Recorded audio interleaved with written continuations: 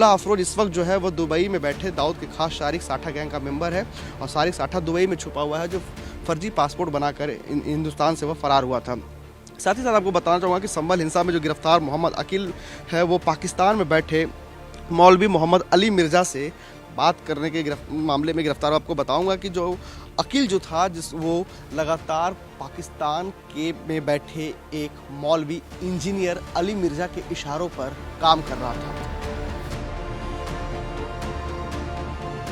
24 नवंबर 2024 को शाही जामा मस्जिद संभल में सर्वे की टीम पहुंचती है और सर्वे की टीम को अचानक से एक भीड़ घेर लेती है, जिसके बाद पूरी हिंसक स्थिति होती है, पत्थरबाजी होती है और गोली भी चलाई जाती है। लगभग 3 महीने का वक्त बीत चुका है और इस वक्त हम उसी शाही जामा मस्जिद के पास मौजूद हैं और उसके ठीक सामने देखिए एक पुलिस चौकी का निर्माण किया जा रहा है। पुलिस चौकी का निर्माण भी काफ़ी ज़ोर शोर से किया जा रहा है। देखिए काफ़ी हिस्सा जो इसका बनकर तैयार है और जिस वक्त ये हिंसा हुआ था उस वक्त ये खाली एक प्लॉट था, लेकिन हिंसा के बाद से ही यहाँ पर पुलिस की टीम लगातार मौजूद रहती है। ये जो मस्जिद आप देख रहे हैं, इस मस्जिद के चारों तरफ जो है यूपी पुलिस की टीम मौजूद रहती है। आपको तस्वीर दिखाऊंगा। देखिए यहाँ भी फिलहाल जो पुलिसकर्मी मौजूद हैं लगातार सुरक्षा के लिहाज से, और यही वो जगह है जो पूरे हिंसा का केंद्र था, जहाँ पे अचानक से भीड़ पहुँचती है और भीड़ के बाद पूरा उपद्रव मचाया जाता है। आपको बताना चाहूँगा कि जब वो पूरी भीड़ हुई थी तो उसमें पुलिस ने जो 4 युवक में से 2 बिलाल और अयान की हत्या के आरोप में शारिक साठा गैंग के सदस्य मुल्ला अफरोज को 19 जनवरी को गिरफ्तार किया था, जबकि नईम और कैफ की हत्या के आरोप में वारिस को गिरफ्तार किया।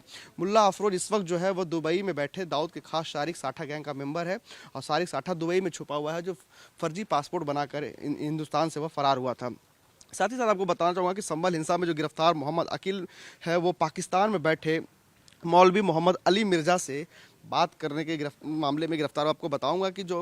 अकील जो था वो लगातार पाकिस्तान के में बैठे एक मौलवी इंजीनियर अली मिर्ज़ा के इशारों पर काम कर रहा था, क्योंकि जिस तरीके से वो वीडियो वायरल हुआ उसमें यूपी पुलिस ने उसे गिरफ्तार किया है। तो सबसे बड़ा सवाल यह उठता है कि क्या इस पूरे जो साजिश जो रची गई थी उसके पीछे कहीं ना कहीं पाकिस्तान का हाथ था, क्योंकि जिस तरीके से जो मोहम्मद अकील जो है वह पाकिस्तान में बैठे जो इंजीनियर जो है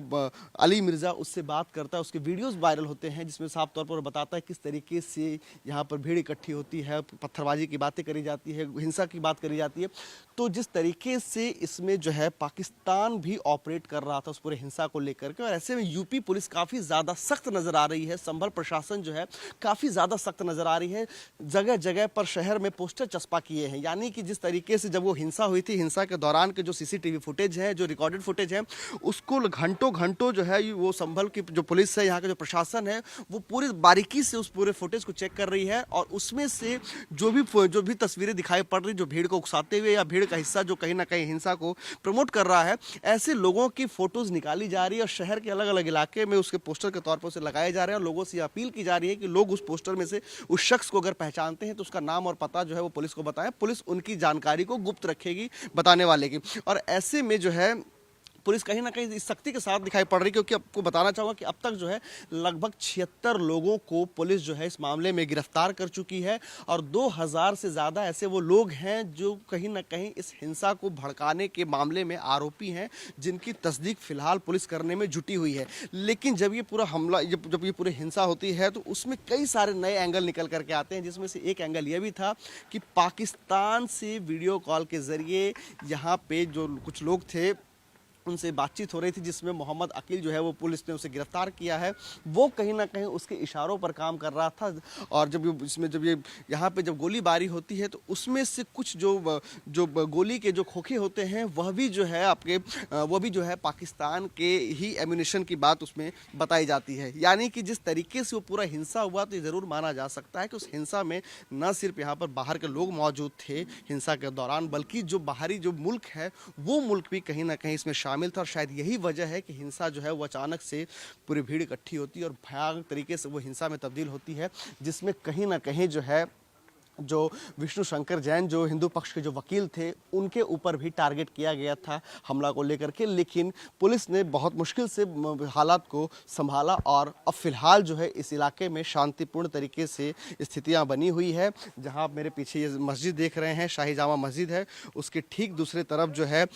यहाँ पर पुलिस चौकी भी बनाया जा रहा है और जिस पूरे इलाके में जो है चप्पे चप्पे पर जो संभल की पुलिस है वो तैनात है ताकि सुरक्षा में कहीं भी किसी तरीके से चूक न हो, हो, क्योंकि जिस तरीके से साफ तौर पर सीएम योगी ने भी कहा था कि जो भी इसमें हिंसा में जो भी जिम्मेदार है वह बख्शा नहीं जाएगा। और उसके बाद से कहीं ना कहीं संभल पुलिस जो बेहद ही एक्टिव मोड में नजर आ रही है, और शायद यही वजह है कि घंटों की मेहनत के बाद जो सीसीटीवी फुटेज खंगाले जा रहे हैं उसमें से जो तस्वीरें निकाली जा रही है, उन तस्वीरों को भी जो है जगह जगह चिपका करके वो पता करने की कोशिश की जा रही है। यानी कि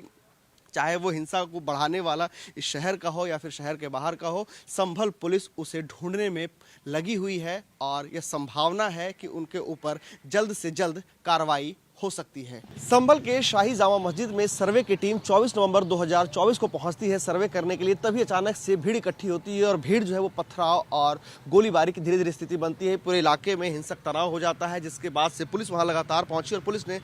तमाम जो सीसीटीवी फुटेज है उसे निकाला है, तमाम जो वीडियो जो है उसको निकाल करके ये छानबीन करने की कोशिश की कि कौन कौन वो लोग थे जो उस पत्थरबाजी में, उस हिंसा में शामिल थे। अब तक 70 से ज़्यादा लोगों को पुलिस जो है वह जेल भेज चुकी है। और आपको बताना चाहूँगा कि देखिए यहाँ पर अब जो है जो तमाम जो सीसीटीवी हैं उनके जरिए फोटोज को निकाला जा रहा है और ये पोस्टर चस्पा किया गया। देखिए ये संभल भी शहर के सीएचसी में ये जो हॉस्पिटल है वहाँ पे पोस्टर लगाया गया है और ये साफ तौर पर देखिए कि लिखा हुआ है तलाश। सर्वसाधारण को सूचित किया जाता है कि दिनांक 24 नवंबर 2024 को संभल जामा मस्जिद हिंसा में यह व्यक्ति शामिल था, जिसका नाम पता तस्दीक नहीं हो पाया है। उपरोक्त व्यक्ति का नाम पता बताने वाले व्यक्ति को उचित इनाम से पुरस्कृत किया जाएगा तथा नाम भी गोपनीय रखा जाएगा। उपरोक्त अज्ञात व्यक्ति के बारे में कोई जानकारी मिले तो निम्न नंबरों पर संपर्क करो। इसमें जो नंबर दिया गया है वो प्रभारी निरीक्षक कोतवाली संभल का दिया गया और साथ में क्षेत्राधिकारी संभल का दिया गया है। यानी कि ये जो पोस्टर हैं, अब जो